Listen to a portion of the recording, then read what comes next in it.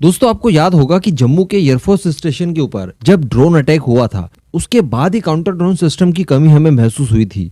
हालांकि ये सारी चीजें काफी पहले कर लेनी चाहिए थी, लेकिन फिर भी हम लोग प्यास लगने पर ही कुआं खोदने में विश्वास रखते हैं। इसलिए इस इंसिडेंस के बाद हमें पता चला था कि एंटी ड्रोन सिस्टम भारत के लिए इस समय बहुत जरूरी है, क्योंकि पाकिस्तान की तरफ से लगातार ड्रोन एक्टिविटीज की जा रही है भारत के खिलाफ।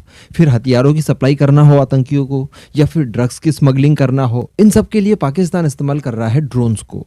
अब अटैक भी करने लगा है। ऐसी परिस्थिति में भारत के लिए एंटी ड्रोन सिस्टम बहुत ज्यादा जरूरी हो जाते हैं। एक हाई प्रोफाइल लेवल की मीटिंग की गई जिसमें विदेशों से इन्हें प्रोक्योर करने की प्लानिंग की गई, लेकिन फिर डीआरडीओ की तरफ से बताया गया कि इस तरह के सिस्टम्स हमारे पास मौजूद हैं, जो कि हम लोग वीवीआईपीएस की जो रैलीज वगैरह होती है, गणतंत्र दिवस या फिर स्वतंत्रता दिवस की जो परेड वगैरह होती है, उसमें भी उसका इस्तेमाल किया जाता है। मैं बात कर रहा हूँ डीआरडीओ के D4 एंटी ड्रोन सिस्टम्स की।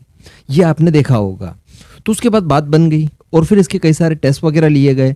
हमारे लगभग सभी फोर्सेस को ये भाग गए, बीएसएफ तक को भाग गए कि ठीक है, इनका अब डिप्लॉयमेंट हम लोग कर लेंगे। तो बताया जा रहा था कि पंजाब से लेकर जम्मू कश्मीर के रीजन तक इनको डिप्लॉय किया जाएगा, और ये बहुत अच्छी बात भी है। लेकिन दोस्तों यहाँ पर मैं आपको बता दूं कि ये चलायमान तो है नहीं, यानी एक जगह से दूसरी जगह पर नहीं जा सकते, एक ही जगह ये स्टैटिक रहेंगे। ऐसी परिस्थिति में हमारी कुछ सेनाओं को hand held anti drone systems की भी ज़रूरत है। मैं आपको बता दूं कि इस तरह के एंटी ड्रोन सिस्टम्स के लिए हम लोग फिलहाल इसराइल के ऊपर निर्भर करते हैं, और इसराइल का जो स्मैश 2000 है उसका इस्तेमाल हमारी सेनाएं करती है, बड़े पैमाने पर करती है। हमारी नेवी हो, एयरफोर्स हो, इंडियन आर्मी हो, सभी इसका इस्तेमाल करती हैं। तो अभी बताया जा रहा है कि इसी तरह के कुछ सिस्टम्स का जो कि हैंड हेल्ड हो, यानी उसे आप लेकर गश्त भी लगा सकते हैं। जहां पर भी आपको ड्रोन दिखाई दे रहा है आप उसको अपने हाथों से ही किल कर सकते हैं।